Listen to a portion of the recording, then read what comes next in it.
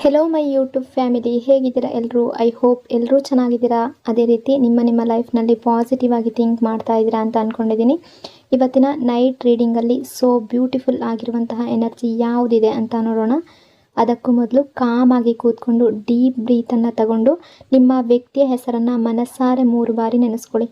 ಅದೇ ರೀತಿ ಆ ವ್ಯಕ್ತಿಯ ಫೇಸನ್ನು ಇಮ್ಯಾಜಿನ್ ಮಾಡ್ಕೊಳ್ಳಿ. ಅದಕ್ಕೂ ಮೊದಲು ಈ ರೀಡಿಂಗ್ ನಿಮ್ಮವರೆಗೂ ತಲುಪಿದೆ ಅಂದರೆ ಯು ಆರ್ ಸೋ ಬ್ಲೆಸ್ಡ್. ಹಾಗಾಗಿ ಯೂನಿವರ್ಸ್ಗೆ ಗ್ರ್ಯಾಟಿಟ್ಯೂಡ್ ಹೇಳಿ, ಥ್ಯಾಂಕ್ ಯು ಯೂನಿವರ್ಸ್ ಅಂತ ಫೀಲ್ ಮಾಡಿ. ನಿಮ್ಮ ಪರ್ಸನ್ ಎನರ್ಜಿಯನ್ನು ಫೀಲ್ ಮಾಡಿ. ಬ್ಯೂಟಿಫುಲ್ ಆಗಿರುವ ಎನರ್ಜಿ ಬಂದಾಗ ಅದನ್ನು ರಿಸೀವ್ ಮಾಡ್ಕೊಳ್ಳಿ. ಇದು ಜನರಲ್ ರೀಡಿಂಗ್ ಆಗಿರುತ್ತೆ. ಜನರಲ್ ರೀಡಿಂಗ್ ಆಗಿರೋದ್ರಿಂದ ಜನರಲ್ ರೀತಿಯಲ್ಲೇ ನೀವು ಇದನ್ನು ಜಡ್ಜ್ ಮಾಡಬೇಕಾಗುತ್ತೆ. ಅಂದರೆ ಎಷ್ಟು ವಿಷಯಗಳು ನಿಮಗೆ ಮ್ಯಾಚ್ ಆಗುತ್ತೋ, ಎಷ್ಟು ಎನರ್ಜೀಸ್ಗಳು ನಿಮಗೆ ಮ್ಯಾಚ್ ಆಗುತ್ತೋ ಅಷ್ಟನ್ನು ಮಾತ್ರ ತಗೊಂಡು ಬಾಕಿ ಉಳಿದಿರುವ ವಿಷಯಗಳನ್ನು ನೀವು ಅಲ್ಲಿಗೆ ಬಿಡಬೇಕಾಗುತ್ತೆ. ಈ ರೀಡಿಂಗಲ್ಲಿ ಬರುವ ಯಾವುದೇ ವಿಷಯಗಳನ್ನಾಗಲಿ ಫೋರ್ಸ್ಫುಲ್ಲಾಗಿ ನಿಮ್ಮ ಮೇಲೆ ನೀವು ಹಾಕ್ಕೊಳ್ಬಾರ್ದು. ಯಾಕೆಂದರೆ ಎಲ್ಲರ ಎನರ್ಜೀಸ್ ಕೂಡ ಸೇಮ್ ಆಗಿರೋದಿಲ್ಲ. ಹಾಗಾಗಿ ರೀಡಿಂಗನ್ನು ಶುರು ಮಾಡೋಣ. ರೀಡಿಂಗನ್ನು ನೋಡಬೇಕಾದ್ರೆ ವಿಡಿಯೋನ ಲೈಕ್ ಮಾಡ್ಕೊಳ್ಳಿ. ಅದೇ ರೀತಿ ಚಾನಲ್ನ ಸಬ್ಸ್ಕ್ರೈಬ್ ಮಾಡಿಕೊಂಡು ಕನೆಕ್ಟ್ ಆಗಿ. ಆಗ ನಿಮ್ಮ ಎನರ್ಜಿ ಅನ್ನೋದು ಇಲ್ಲಿ ಸರಿಯಾಗಿ ಕನೆಕ್ಟ್ ಆಗುತ್ತೆ. ಅದೇ ರೀತಿ ಈ ರೀಡಿಂಗ್ ಅನ್ನೋದು ನಿಮಗೆ ಸರಿಯಾಗಿ ರೆಸೊನೇಟ್ ಆಗುತ್ತೆ. ರಿಯಲೈಸೇಷನ್ ಎನರ್ಜಿ, ರಿಗ್ರೆಟ್ ಎನರ್ಜಿ ಮೊದಲಿಗಿದೆ. ಅಂದರೆ ನೀವು ಎಷ್ಟು ಪ್ರೀತಿ ಮಾಡ್ತಾ ಇದ್ರಿ ಅನ್ನೋದು ಈಗ ಅವರಿಗೆ ಗೊತ್ತಾಗ್ತಾ ಇದೆ. ಈಗ ಸಪ್ರೇಷನ್ ಇರ್ಬೋದು, ನೋ ಕಾಂಟ್ಯಾಕ್ಟ್ ಇರ್ಬೋದು, ಮಿಸ್ಅಂಡರ್ಸ್ಟ್ಯಾಂಡಿಂಗ್ ಇರ್ಬೋದು. ಮೊದಲು ಅವರಿಗೆ ಕ್ಲಾರಿಟಿ ಅನ್ನೋದು ಇರಲಿಲ್ಲ, ಈಗ ಕ್ಲಾರಿಟಿ ಅನ್ನೋದು ಬಂದಿದೆ. ನೋ ಕಾಂಟ್ಯಾಕ್ಟ್ನಲ್ಲಿ ಅವರಿಗೆ ಅವೇಕ್ನಿಂಗ್ ಆಗ್ತಾ ಇದೆ. ಅವರೀಗ ಯೋಚನೆ ಮಾಡ್ತಾ ಇದ್ದಾರೆ, ನಾನು ತಪ್ಪು ಮಾಡಿದೆ ಅಂತ ರಿಗ್ರೆಟ್ ಫೀಲ್ ಆಗ್ತಾ ಇದೆ. ನಿಮ್ಮನ್ನು ಸೈಡ್ ಲೈನ್ ಮಾಡಿದೆ ಅನ್ನೋ ರೀತಿ ಥಿಂಕ್ ಮಾಡ್ತಾ ಇದ್ದಾರೆ. ನಾನು ತಪ್ಪು ಡಿಸಿಷನ್ ತಗೊಂಡೆ ಅನ್ನೋ ರೀತಿ ಯೋಚನೆ ಮಾಡ್ತಾ ಇದ್ದಾರೆ. ನೀವು ದೂರ ಆಗಿದ್ದೀರಾ, ಕಾಂಟ್ಯಾಕ್ಟ್ ಕಡಿಮೆ ಆಗಿದೆ ಅಥವಾ ಸೈಲೆನ್ಸ್ ಬಂದಿದೆ ನಿಮ್ಮಿಬ್ಬರ ರಿಲೇಷನ್ಶಿಪ್ಪಲ್ಲಿ. ಈಗ ಅವರು ಫೀಲ್ ಮಾಡ್ತಾ ಇದ್ದಾರೆ, ನಾನು ಅಷ್ಟೊಂದು ಸ್ಪೆಷಲ್ ವ್ಯಕ್ತಿಯನ್ನು ಯಾವ ರೀತಿ ನಾನು ನಡೆಸ್ಕೊಂಡೆ, ಯಾವ ರೀತಿ ಬಿಹೇವ್ ಮಾಡಿದೆ ಅನ್ನೋದು ಗೊತ್ತಾಗ್ತಾ ಇದೆ. ನಿಮ್ಮ ಫೀಲಿಂಗ್ಸನ್ನು ಅವ್ರಿಗೆ ಅರ್ಥ ಮಾಡ್ಕೊಳ್ಳಿಲ್ವಲ್ಲ ಅನ್ನೋ, ನಾನು ತಪ್ಪು ಮಾಡಿದೆ ಅನ್ನೋ ಫೀಲಿಂಗ್ ಬರ್ತಾ ಇದೆ. ಈಗ ಅವ್ರಿಗೆ ಅರ್ಥ ಆಗ್ತಾ ಇದೆ ನೀವು ಒಬ್ಬ ಸ್ಪೆಷಲ್ ಪರ್ಸನ್ ಅವರ ಲೈಫ್ನಲ್ಲಿ ಇದ್ರಿ ಅಂತ. ನೀವು ಈ ಹಿಂದೆ ಅವ್ರ ಜೊತೆ ಇದ್ದಾಗ ಅವರು ನಿಮ್ಮ ಬಗ್ಗೆ ಗಮನ ಕೊಡದೇ ಇರ್ಬೋದು. ನೀವು ಇದ್ದಾಗ ನಿಮ್ಮ ಬೆಲೆ ಗೊತ್ತಾಗದೇ ಇರ್ಬೋದು. ಈಗ ಅವರ ಮನಸ್ಸಿನಲ್ಲಿ ಖಾಲಿತನ ಫೀಲ್ ಆಗ್ತಾ ಇದೆ. ನಿಜವಾಗ್ಲೂ ನೀವು ಇಂಪಾರ್ಟೆಂಟ್ ಅನ್ನೋ ಫೀಲ್ ಬರ್ತಾ ಇದೆ. ನಾನು ಯಾಕೆ ಸೈಡ್ ಲೈನ್ ಮಾಡಿದೆ, ನಾನು ಬೇರೆ ಜನರ ಮಾತನ್ನು ಕೇಳಿದ್ನ, ನಾನು ಸರಿಯಾದ ಸಮಯದಲ್ಲಿ ಸರಿಯಾದ ಡಿಸಿಷನ್ ತಗೊಳ್ಳಿಲ್ಲ. ಈ ರಿಗ್ರೆಟ್ ಅವರ ಮನಸ್ಸಿನ ಒಳಗಿನಿಂದ ಕಾಡ್ತಾ ಇದೆ. ನಿಮ್ಮನ್ನು ಮಿಸ್ ಮಾಡ್ತಾ ಇದ್ದಾರೆ. ಸಮಾಧಾನ ಅನ್ನೋದು ನಿಮ್ಮ ಹತ್ರ ಸಿಗುತ್ತೆ, ಹ್ಯಾಪಿನೆಸ್ ಅನ್ನೋದು ನಿಮ್ಮ ಹತ್ರ ಸಿಗುತ್ತೆ ಅನ್ನೋ ರೀತಿ ಫೀಲ್ ಮಾಡ್ಕೊಳ್ತಾ ಇದ್ದಾರೆ. ನಿಮ್ಮನ್ನು ಕಳ್ಕೊಂಡ ನೋವಿನಲ್ಲಿ ಫೀಲ್ ಮಾಡ್ತಾ ಇದ್ದಾರೆ. ಒಂದು ಕಡೆ ಪ್ರೀತಿ ಇದೆ, ಇನ್ನೊಂದು ಕಡೆ ತಪ್ಪು ಮಾಡಿದ ಗಿಲ್ಟ್ ಇದೆ. ಸೊ ಅವರು ಸ್ಟ್ರಗಲ್ ಮಾಡ್ತಾ ಇದ್ದಾರೆ. ಕ್ಲಾರಿಟಿ ಅನ್ನೋದು ಬಂದಿದೆ. ತಪ್ಪು ಮಾಡಿರುವ ರಿಗ್ರೆಟ್ ಫೀಲ್ ಆಗ್ತಾ ಇದೆ. ನಾನು ಕಳ್ಕೊಂಡೆ ಈ ವ್ಯಕ್ತಿಯನ್ನು ಅಥವಾ ದೂರ ಮಾಡಿಕೊಂಡೆ, ಸಪ್ರೇಷನನ್ನು ನನ್ನಿಂದನೇ ಈ ರೀತಿ ಆಗಿದ್ದು ಅನ್ನೋ ಫೀಲ್ ಬರ್ತಾ ಇದೆ. ನಿಮ್ಮಿಂದ ದೂರ ಆಗಬೇಕಾದ್ರೆ ಅವ್ರು ಅಂದ್ಕೊಂಡಿದ್ರು ಅವರು ಹ್ಯಾಪಿಯಾಗಿರ್ತಾರೆ, ಖುಷಿಯಾಗಿರ್ತಾರೆ, ನೀವಿಲ್ಲದೆ ಕೂಡ ಅವರು ಹ್ಯಾಪಿಯಾಗಿರ್ಬೋದು ಅಂತ. ಆದರೆ ಟೈಮ್ ಕಳೆದ ಹಾಗೆ ಅವರಿಗೆ ಗೊತ್ತಾಗ್ತಾ ಇದೆ ನೀವು ಇದ್ದಾಗಲೇ ಅವರಿಗೆ ಮನಸ್ಸಿಗೆ ನಿಜವಾದ ಸಮಾಧಾನ ಅಂತ. ನಿಮ್ಮ ಜೊತೆ ಮಾತಾಡಿದಾಗಲೇ ಮನಸ್ಸು ಲೈಟ್ ಆಗುತ್ತೆ ಅಂತ. ನಿಮ್ಮ ಸಾನ್ನಿಧ್ಯನೇ ಅವರಿಗೆ ಸೆಕ್ಯೂರಿಟಿ ಫೀಲ್ ಕೊಡ್ತಾ ಇದೆ. ನೀವು ಅವ್ರ ಜೊತೆ ಇರಬೇಕು ಅನ್ನೋ ಫೀಲ್ ಬರ್ತಾ ಇದೆ. ಅವರ ಮನಸ್ಥಿತಿ ಯಾವ ರೀತಿ ಇದೆ ಅಂದರೆ, ಅವರು ನಾರ್ಮಲ್ಲಾಗಿ ಕಾಣಿಸ್ತಾ ಇರ್ಬೋದು, ಬಟ್ ಮನಸ್ಸಿನಲ್ಲಿ ಖಾಲಿತನ ಇದೆ. ಮಿಸ್ ಮಾಡೋ ಫೀಲಿಂಗ್ಸ್ ಇದೆ. ನಿಮ್ಮ ಪ್ರೆಸೆನ್ಸ್ ಬೇಕು ಅನ್ನೋ ಕ್ರೇವಿಂಗ್ ಇದೆ. ಈಗ ಅವರು ಅರ್ಥ ಮಾಡ್ಕೊಳ್ತಾ ಇದ್ದಾರೆ ನಿಮ್ಮ ಪ್ರೆಸೆನ್ಸ್ ಇಲ್ಲ ಅಂದರೆ ಅವರು ಸಂಪೂರ್ಣ ಅಲ್ಲ ಅಂತ. ಹಳೆಯ ತಪ್ಪುಗಳ ರಿಯಲೈಸೇಷನ್ ಆಗ್ತಾ ಇದೆ. ನಿಮ್ಮನ್ನು ಇಗ್ನೋರ್ ಮಾಡಿದ್ದು ನೆನಪಾಗ್ತಾ ಇದೆ. ಅಥವಾ ಬೇರೆಯವರ ಮಾತು ಕೇಳಿ ಕೂಡ, ಬೇರೆಯವರ ಮಾತಿಗೆ ವ್ಯಾಲ್ಯೂ ಕೊಟ್ಟು ಕೂಡ ತಪ್ಪು ನಿರ್ಧಾರ ತಗೊಂಡಿರ್ಬೋದು.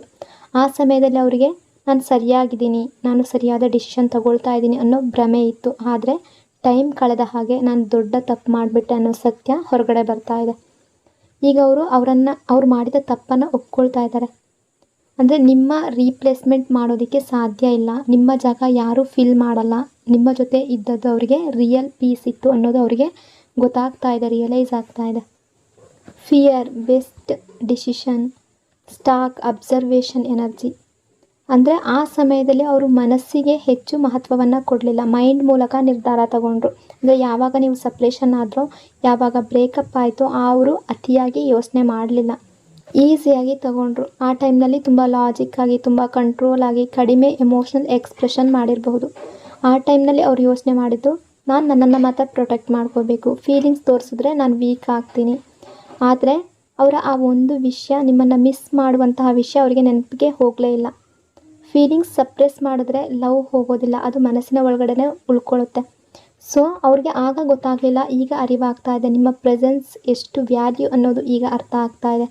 ನಾನು ತಪ್ಪು ಮಾಡಿಬಿಟ್ಟೆ, ನಿರ್ಧಾರವನ್ನು ತಗೊಳ್ಬೇಕಾದ್ರೆ ಸರಿಯಾದ ನಿರ್ಧಾರ ತಗೊಳ್ಬೇಕಿತ್ತು ಅನ್ನೋ ರೀತಿ ಥಿಂಕ್ ಮಾಡ್ತಾ ಇದ್ದಾರೆ. ಈಗ ಲಾಜಿಕ್ ಕೂಡ ಅವರಿಗೆ ಪೀಸ್ ಕೊಡ್ತಾ ಇಲ್ಲ.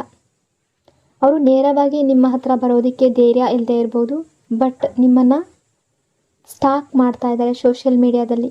Stalking energy, observation, social media ನೋಡೋದು, ನೀವೇನು ಮಾಡ್ತಾ ಇದ್ದೀರೋ ಗಮನಿಸೋದು, ಈ ರೀತಿ ಮಾಡ್ತಾ ಇದ್ದಾರೆ. ಅಥವಾ ನಿಮ್ಮ ಲಾಸ್ಟ್ ಸೀನ್ ನೋಡೋದು, ನಿಮ್ಮ DP ನೋಡೋದು. ಅವರ ಮನಸ್ಸಿನಲ್ಲಿ 2 ವಿಷಯಗಳು ಫೈಟ್ ಮಾಡ್ತಾ ಇದೆ. ಒಂದು ಕಡೆ ಅವ್ರು ನಿಮ್ಮನ್ನು ಮಿಸ್ ಮಾಡ್ತಾ ಇದ್ದಾರೆ, ಇನ್ನೊಂದು ಕಡೆ ರಿಜೆಕ್ಷನ್ ಫಿಯರ್ ಇದೆ. ಬಟ್ ನಿಮ್ಮ ಪ್ರತಿಕ್ರಿಯೆ ಯಾವ ರೀತಿ ಇರಬಹುದು ಅಂತ ಥಿಂಕ್ ಮಾಡ್ತಾ ಇದ್ದಾರೆ. ಹಳೆಯ ತಪ್ಪುಗಳ ಗಿಲ್ಟ್ ಇದೆ. ಅವರ ಈಗೋ ಕೂಡ ಅಡ್ಡ ಬರ್ತಾ ಇದೆ. ಮನಸ್ಸು ಹೇಳ್ತಾ ಇದೆ ಹೋಗು ಮಾತಾಡು ಅಂತ, ಭಯ ಹೇಳ್ತಾ ಇದೆ ಇಲ್ಲ ಮತ್ತೆ ಹರ್ಟ್ ಆಗಬಹುದು, ಅಥವಾ ಅವರು ನನ್ನನ್ನು ಸ್ವೀಕಾರ ಮಾಡ್ತಾರಾ ಅಥವಾ ರಿಜೆಕ್ಟ್ ಮಾಡ್ತಾರಾ ಅನ್ನೋ ಫೀಲ್ ಇದೆ. ಬಟ್ ಏನೇ ಇದ್ದರೂ ಕೂಡ ಅವರು ನಿಮ್ಮನ್ನು ಮರ್ತಿಲ್ಲ, ಆ ಎನರ್ಜಿ ಇದೆ. ನಿಮ್ಮನ್ನು ಅಬ್ಸರ್ವ್ ಮಾಡ್ತಾ ಇದ್ದಾರೆ. ಫೀಲಿಂಗ್ಸ್ ಅನ್ನೋದು ಹೋಗಿಲ್ಲ, ಸಪ್ರೆಸ್ ಆಗ್ತಾ ಇದೆ ಅಷ್ಟೇ. Transformation, silent growth energy. ಅಂದರೆ ಹಳೆಯ ರೀತಿ ಇರೋದಿಲ್ಲ ಈ ರಿಲೇಷನ್ಶಿಪ್. ಹಳೆಯ ಫೀಲಿಂಗ್ಸ್ ಅದು ಕ್ಲೋಸ್ ಆಗ್ತಾ ಇದೆ. ಹಳೆಯ ತಪ್ಪುಗಳು, ಹಳೆಯ ನೋವುಗಳು ಈಗ ಪಾಠ ಆಗ್ತಾ ಇದೆ. ಒಂದು ಸ್ಟೇಜ್ ಎಂಡ್ ಆಗ್ತಾ ಇದೆ. ಅಂದರೆ ಹಳೆಯದು ಮುಗಿಯುವ ಎನರ್ಜಿ.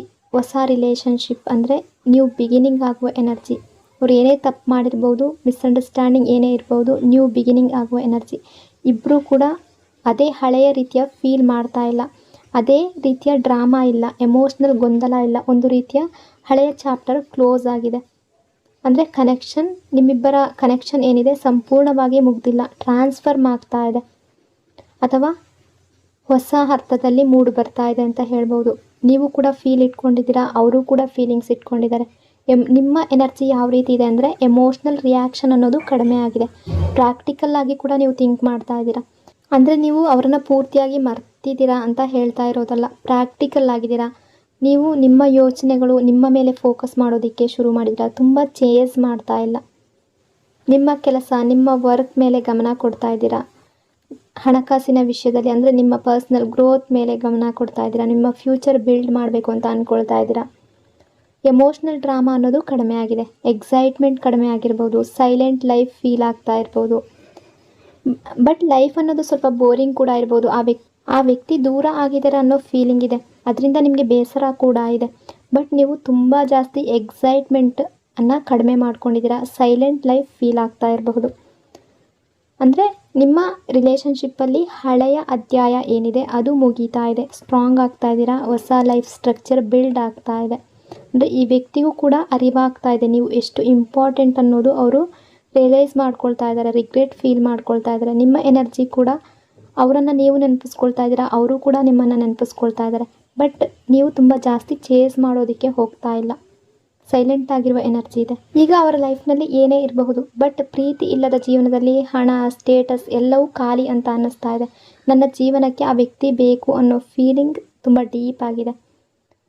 ಅಂದರೆ ನಾನಾಗಿರಬೇಕು, ಯಾರೂ ಬೇಡ ಅಂತ ಅಹಂಕಾರದಲ್ಲಿ ಅಥವಾ ಈಗೋದಲ್ಲಿ ಇದ್ದ ವ್ಯಕ್ತಿ ಈಗ ಜೀವನದಲ್ಲಿ ಸ್ವಲ್ಪ ಹೊಡೆತ ಬಿದ್ದ ಹಾಗಾಗಿದೆ.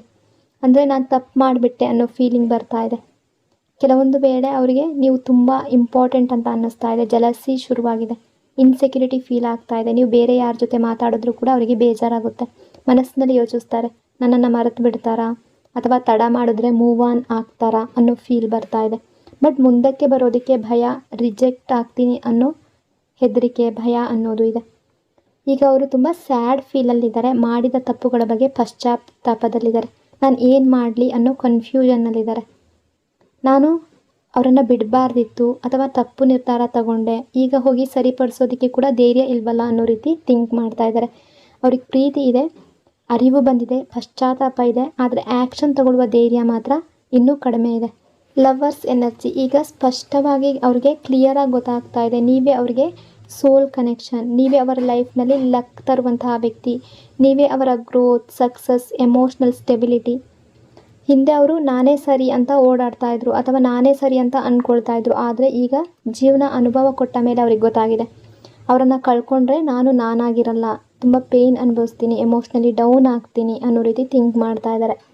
ಮತ್ತೆ ಕಾಂಟ್ಯಾಕ್ಟ್ ಮಾಡಬೇಕು ಅನ್ನೋ ಯೋಚನೆ ಇದೆ, ಮತ್ತೆ ಮಾತು ಶುರು ಆಗಬೇಕು ಅನ್ನೋ ಯೋಚನೆ ಇದೆ, ಮತ್ತೆ ರಿಲೇಷನ್ಶಿಪ್ ಬಿಲ್ಡ್ ಆಗಬೇಕು ಅನ್ನೋ ರೀತಿ ಥಿಂಕ್ ಮಾಡ್ತಾ ಇದ್ದಾರೆ. ಸೀರಿಯಸ್ ಕಮಿಟ್ಮೆಂಟ್ ಅಥವಾ ಆ್ಯಕ್ಷನ್ ತಗೊಳ್ಬೇಕು ಅನ್ನೋ ರೀತಿ ಫೀಲ್ ಮಾಡ್ತಾ ಇದ್ದಾರೆ. ಬಟ್ ಇಲ್ಲಿ ಮುಖ್ಯ ವಿಷಯ ಏನು ಅಂದರೆ ಸಮಯ ಬೇಕು. ಇಬ್ಬರು ಚೇಂಜ್ ಆಗ್ತಾ ಇದ್ದೀರಾ ಅಂದರೆ ಹೀಲ್ ಆಗ್ತಾ ಇದ್ದೀರಾ. ಹಳೆಯ ತಪ್ಪುಗಳು ಮತ್ತೆ ರಿಪೀಟ್ ಆಗಬಾರ್ದು. ಅಂದರೆ ತಕ್ಷಣ ಆಗಬೇಕು, ಮಿರಾಕಲ್ ಆಗಬೇಕು ಅನ್ನೋದಕ್ಕಿಂತ ಸ್ವಲ್ಪ ಬೆಳವಣಿಗೆ ಅನ್ನೋದು ಕೂಡ ಬೇಕು. ಹಾಗಾಗಿ ತುಂಬ ಸ್ಟ್ರೆಸ್ ಕೊಡಬೇಡಿ, ತುಂಬ ಒತ್ತಡ ಹಾಕಬೇಡಿ, ಫೋರ್ಸ್ ಮಾಡಬೇಡಿ. ನಿಮ್ಮ ಜೀವನದ ಮೇಲೆ ಕೂಡ ನೀವು ಫೋಕಸ್ ಮಾಡಿ. ನಿಮ್ಮ ಪೀಸ್ ಮೊದಲು ಇರಲಿ. ಈ ಡಿವೈನ್ ಟೈಮಿಂಗ್ ಅನ್ನೋದು ಈಗಲೇ ಆಗಿರ್ಬೋದು, ಸ್ವಲ್ಪ ಟೈಮ್ ಕೂಡ ತಗೊಳ್ಬೋದು. ಬಟ್ ಡಿವೈನ್ ಟೈಮಿಂಗ್ನಲ್ಲಿ ಎಲ್ಲವೂ ಸರಿಯಾಗಿ ಆಗೇ ಆಗುತ್ತೆ. ನಿಮ್ಮ ಪ್ರೀತಿ ಅನ್ನೋದು ನಿಜವಾಗಿದ್ದರೆ, ಆ ವ್ಯಕ್ತಿ ನಿಮ್ಮನ್ನು ನಿಜವಾಗ್ಲೂ ಪ್ರೀತಿಸ್ತಾ ಇದ್ದರೆ ಅವರು ಸ್ವತಃ ಅವರಾಗೆ ಬಂದೇ ಬರ್ತಾರೆ. ನಿಮ್ಮ ಲೈಫ್ ಬಿಲ್ಡ್ ಮಾಡೋದ್ರ ಬಗ್ಗೆ ನೀವು ಥಿಂಕ್ ಮಾಡಬೇಕು. ನಿಮ್ಮ ಪೀಸನ್ನು ನೀವು ಕಂಡುಕೊಳ್ಬೇಕು. ನಿಮ್ಮ ಹ್ಯಾಪಿನೆಸ್ ಏನಿದೆ ಅದನ್ನು ನೋಡ್ಕೋಬೇಕು. ಕೇವಲ ಕೊರಗೋದು, ಕಣ್ಣೀರು ಹಾಕೋದು, ಇದರಿಂದ ಏನೂ ಪ್ರಯೋಜನ ಇಲ್ಲ. ಸೊ ಪಾಸಿಟಿವ್ ಆಗಿರಿ, ಪಾಸಿಟಿವ್ ಆಗಿ ಥಿಂಕ್ ಮಾಡಿ, ಡಿವೈನ್ ಟೈಮಿಂಗಾಗಿ ವೆಯ್ಟ್ ಮಾಡಿ. ಸೊ ಈ ರೀಡಿಂಗ್ ನಿಮಗೆ ಇಷ್ಟ ಆಗಿದೆ ಅಂದ್ಕೊಂಡಿದ್ದೀನಿ. ಇಷ್ಟ ಆಗಿದ್ರೆ ಪಾಸಿಟಿವ್ ಆಗಿ ಕಮೆಂಟ್ ಮಾಡಿ. ನಿಮ್ಮ ಪ್ರೀತಿ ಆದಷ್ಟು ಬೇಗ ಸರಿಯಾಗಲಿ. ನಿಮ್ಮೆಲ್ಲರ ಪಾಸಿಟಿವ್ ಆಗಿರುವಂತಹ ವಿಶಸ್, ನಿಮ್ಮ ಕನಸುಗಳು ನೆರವೇರಲಿ ಅಂತ ಬ್ಲೆಸ್ ಮಾಡ್ತಾ ಇನ್ನೊಂದು ರೀಡಿಂಗಲ್ಲಿ ಮತ್ತೆ ಸಿಗ್ತೀನಿ. ಅಲ್ಲಿವರೆಗೂ ನಿಮ್ಮೆಲ್ಲರ ಪ್ರೀತಿಗೆ, ನಿಮ್ಮೆಲ್ಲರ ಸಪೋರ್ಟ್ಗೆ lots and lots of love. ನಿಮ್ಮ ಪ್ರೀತಿ ಸದಾ ಹೀಗೆ ಇರಲಿ. And thank you so much. Next ರೀಡಿಂಗಲ್ಲಿ ಸಿಗೋಣ. God bless you all.